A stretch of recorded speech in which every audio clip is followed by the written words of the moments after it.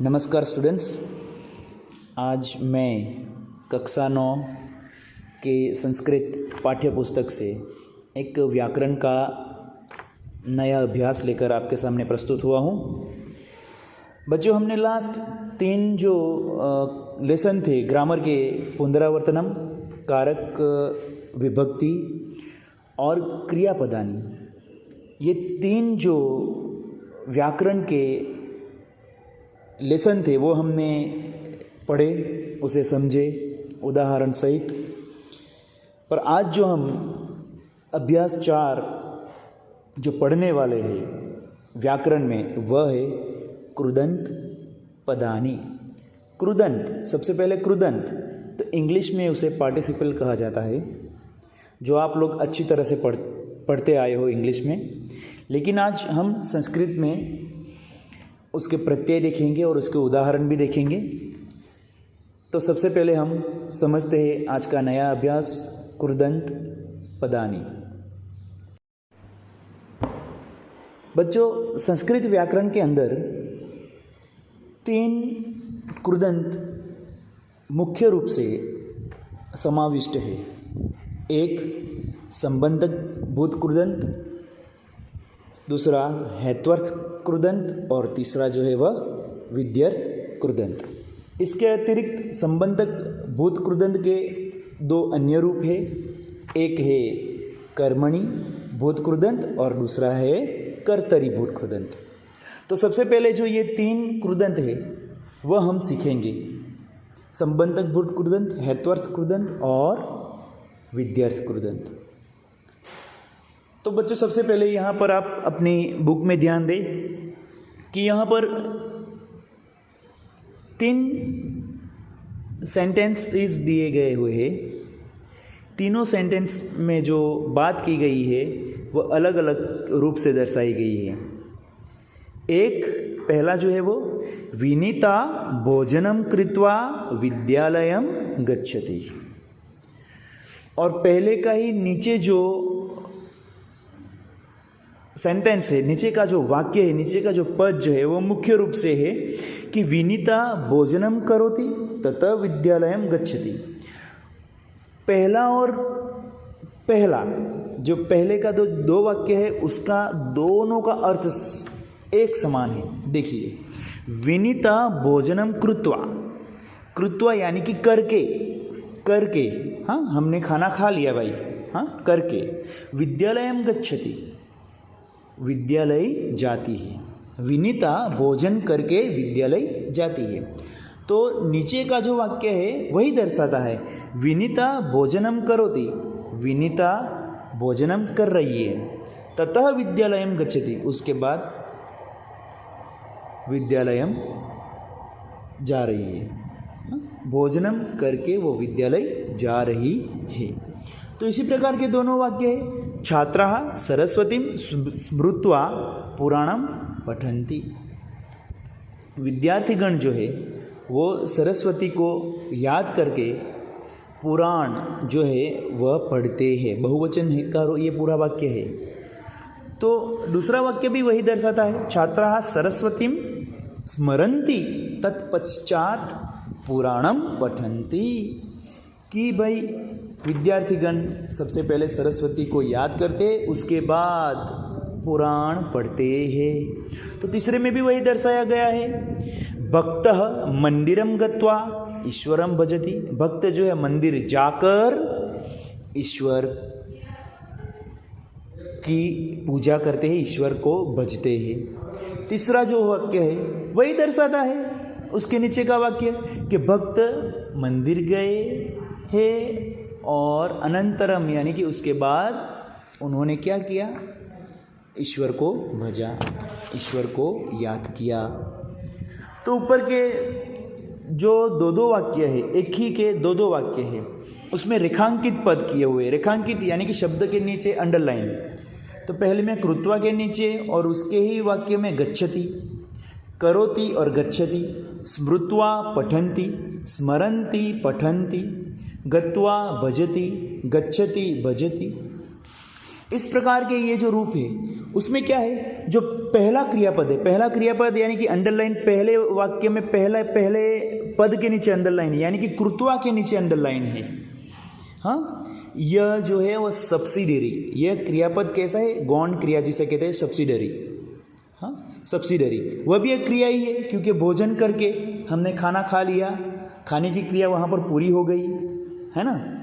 और उसमें ही विद्यालयम गच्छति, तो गच्छति के नीचे अंडरलाइन है, वह प्रिंसिपल वर्ब है, क्रियापद है। हाँ, मेन क्रिया है कि भाई वो जा रही है, पहले तो उन्होंने भोजन तो कर लिया, उसके बाद ही वह जा रही है।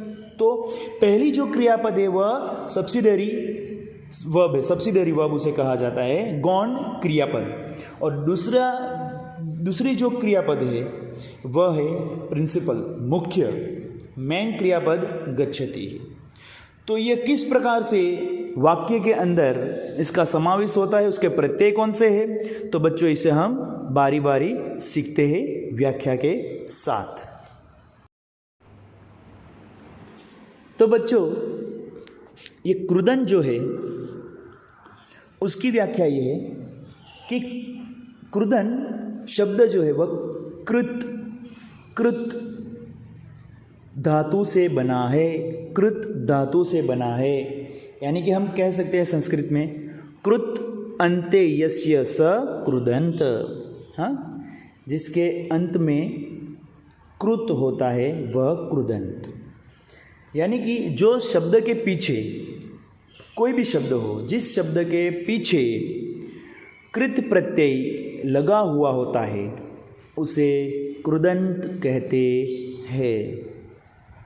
जैसे कि हम यहाँ पर देख सकते हैं कि पठ जो है वह धातु है, हस वह धातु है, श्रुत वह धातु है, तो उसे हम प्रत्यय लगाकर कैसे पढ़ सकते हैं, पठ प्लस तुम।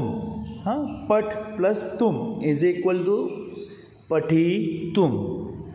हस प्लस त्वा, त्वा शब्द है उसके अगर हम क का समावेश कर सकते हैं, त्वा त्वा, लेकिन क जो है वो साइलेंट रहेगा। हाँ, त्वा, तो उसका पूरा शब्द क्या होगा, हसित्वा। श्रुत प्लस त्वा, तो क्या होगा, श्रुत्वा। श्रुत प्लस तव्य, तो श्रोतव्य। इस प्रकार के जो धातु है उसके पीछे कृत प्रत्यय जो है उसका समावेश होता है, तो वह कृदंत कहलाता है। कृदंत के प्रकार जिस तरह से मैंने कहे हैं, हाँ, एक संबंधक भूत कृदंत, हेत्वर्थ कृदंत, विद्यर्थ कृदंत, और दूसरे दो रूप है वह कौन से है, कर्मणि भूत कृदंत और कर्तरी भूत कृदंत। तो बच्चों सबसे पहले हम संबंधक भूत कृदंत को समझते हैं। जिस शब्द के पीछे, पद के पीछे या फिर धातु के पीछे त्वा और यह प्रत्यय लगता है वे संबंधक भूत कृदंत के रूप कहलाते हैं। यानी कि यहाँ पर हम वाक्य में देख सकते हैं बच्चों, उदाहरण के रूप में, सीता घटम नीत्वा जलम आनयति। आनयति का अर्थ होता है लाना और नयति का अर्थ होता है ले जाना। तो यहाँ पर सीता घटम नीत्वा, सीता घड़े को लेकर जलम आनयति, पानी लाती है, पानी लाती है। तो यहाँ पर घड़ा जो है वह लेकर वह पानी ला रही है, ऐसा। यानी कि नित्वा जो है यहाँ पर नित्वा के न प्लस त्वा, हाँ, नई प्लस त्वा शब्द जो है, नई प्लस त्वा शब्द जो है, त्वा प्रत्यय हमें याद रखना है। भूत कृदंत के अंदर हमें सिर्फ प्रत्यय जो है वही याद रखने हैं। त्वा प्रत्यय लगने से भूत कृदंत का रूप बनता है। तो सीता घटम नीत्वा जलम आनयति, यहाँ पर नीत्वा के नीचे अंडरलाइन, यानी कि नई शब्द के पीछे जो है वहाँ पर त्वा प्रत्यय लगा हुआ है। दूसरा, बालः पठित्वा क्रीडति। बालः पठित्वा, बच्चा जो है वो पढ़कर क्रीडति, खेल रहा है, पढ़कर खेल रहा है। सुरेश जलनम आनीय पिबति। हाँ, आनीय पिबति, यह है ना आनीय, तो सुरेश पानी को लाकर पीता है, ऐसा। सुरेश पानी लाकर पीता है, सुरेश पानी लेकर पीता है। तो यहाँ पर नित्वा, पठित्वा, आनीय शब्द जो है वह गौण यानी कि सब्सिडियरी क्रिया जो है वह दर्शाती है। हाँ, लाकर, पढ़कर, हाँ, और फिर से भी लाकर, क्योंकि यहाँ पर नित्वा, पठित्वा और आनीय ऐसे शब्द है। तो घटम नीत्वा, घड़े को ले जाकर, बाल पठित्वा, बालक पढ़कर, और जलम आनीय, पानी को लाकर या फिर पानी लाकर। तो ये जो रूप है वह संबंधक भूत कृदन के रूप है।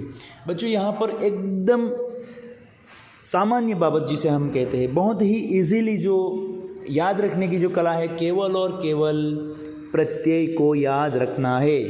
त्वा प्रत्यय और यह प्रत्यय लगने से संबंधक भूत कृदन का रूप बनता है, वही हमें याद रखना है। यानी कि परीक्षा दौरान अगर ऐसा कुछ पूछा जाए कि निम्न अधोलिखित वाक्येभ्य संबंधक भूत कृदन्तस्य पद कः, नीचे दिए गए वाक्यों में से संबंधक भूत कृदन का वाक्य या फिर पद कौन सा है, तो हमें ऐसी इस तरह से कुछ दिमाग लगाने की ज़रूरत नहीं। सिंपल सी बात, हमें प्रत्यय को ढूंढना है कि प्रत्यय कौन सा कहाँ लगा है, त्वा और यह प्रत्यय कहाँ पर लगा है या फिर त्वा प्रत्यय कहाँ पर लगा हुआ है, वही देखना है। तो जिस जगह पर ऐसा कोई सेंटेंस आपको दिखाई दे त्वा वाला, तो वह संबंधक भूत कृदन का ही रूप होगा। ओके। दूसरा,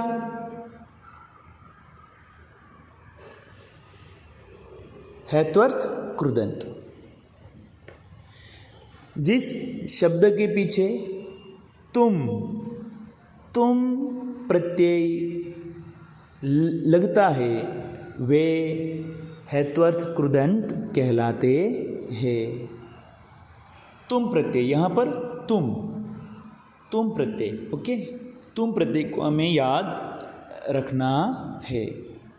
तो पहला वाक्य हम देखते हैं, छात्राः पठितुं विद्यालयं गच्छन्ति। छात्रा पढ़ने के लिए, पढ़ने के लिए विद्यालय जाती है। बालः क्रीडितुम् इच्छति, बच्चा जो है वो खेलना चाहता है, खेलने के लिए इच्छा कर रहा है। शिशु खादितुं माता समीपे गच्छति, बच्चा खाने के लिए माता के पास जाता है। यहाँ पर पठितुम, क्रीडितुम और खादितुम जो शब्द है वह गौण शब्द है, यानी कि गौण क्रिया है। हाँ, सब्सिडरी वर्ब है। तो हमें इस प्रकार के प्रत्यय भी याद रखने हैं, तुम जैसे कि यहाँ तुम प्रत्यय लगने से बहुत सारे शब्द बनते हैं, गंतुम, द्रष्टुम, कर्तुम, हाँ, याचितुम, पातुम, भुक्तुम, लिखितुम, हसितुम, इस तरह से शब्द बनते हैं। ये हेत्वर्थ कृदंत कहलाते हैं। दूसरा जो है वह विद्यर्थ कृदंत। विद्यर्थ कृदंत की व्याख्या देखते हैं। तो विद्यर्थ कृदंत में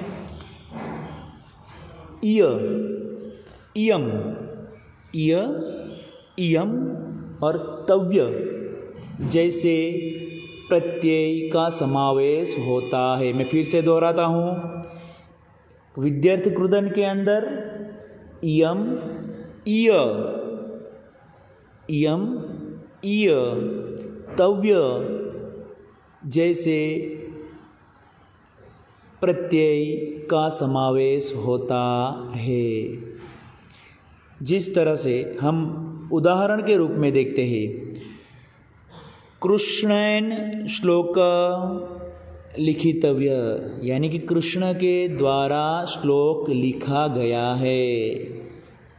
छात्रैः प्रातः वेदम पठितव्य। हाँ, बच्चों ने सुबह में पाठ पढ़ा, या फिर बच्चों के द्वारा, बहुवचन शब्द तीसरी विभक्ति करण का यहाँ पर उपयोग किया हुआ है। बच्चों के द्वारा, छात्रों के द्वारा सुबह में प्रातः काल में वेदों का पठन किया गया है। छात्रेण हसितव्यम, बच्चों के द्वारा हंसा गया। तो इस प्रकार के बहुत सारे शब्द है, जैसे कि दातव्य, आनीय, दानीय, खादितव्य, दर्शनीय, रमणीयम, करणीयम। तो ये शब्द जो है वह विद्यार्थ कृदन के शब्द है। अन्य कृदंत की हम बात करते हैं तो कर्मणि भूत कृदंत।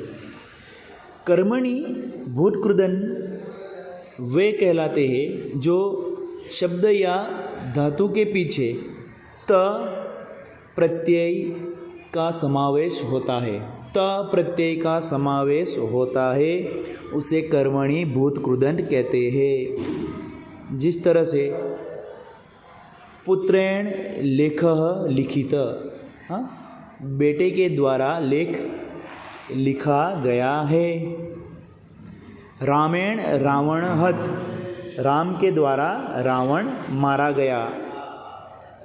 दुर्जनेन अपराध कृत, हाँ, दुर्जन व्यक्ति के द्वारा अपराध किया हुआ। तो यहाँ पर आप देख सकते हो लिखित, हत, कृत। तो ये जो है लिख धातु, हत और कृ, यह धातु के पीछे त प्रत्यय लगा हुआ है। जिस तरह से पीत, खादित, गत, दत, स्थित, ये सारे शब्द जो है वह त प्रत्यय से जुड़े हुए हैं। तो यह कर्मणि भूत कृदंत कहलाएंगे। कर्तरी भूत कृदंत। कर्तरी भूत कृदंत शब्द के पीछे वत, वति, वान जैसे प्रत्ययों का समावेश होता है। फिर से एक बार दोहराता हूँ, कर्तरी भूत कृदंत में शब्दों के पीछे वत, वति और वान जैसे प्रत्ययों का समावेश होता है। उदाहरण देखते हैं। युवकः खादितवान्, बालकः पठितवान्, जनकः दत्तवान्, बालः हसितवान्। तो यह जो है युवक, बालक, जनक, बालक, ये पुल्लिंगवाचक शब्द है। तो वही शब्द में यहाँ पर जो प्रत्यय दिए हुए हैं वति, तो वह शब्द है जो स्त्रीलिंग के शब्द होते हैं। जैसे कि युवक का होगा युवती, तो युवती खादितवती। हाँ, बालक का बालिका, तो बालिका पठितवती। हाँ, जनकः दत्तवान्, तो जननी दत्तवती। बालः हसितवान्, तो बालः हसितवती। इस प्रकार से वान, वती और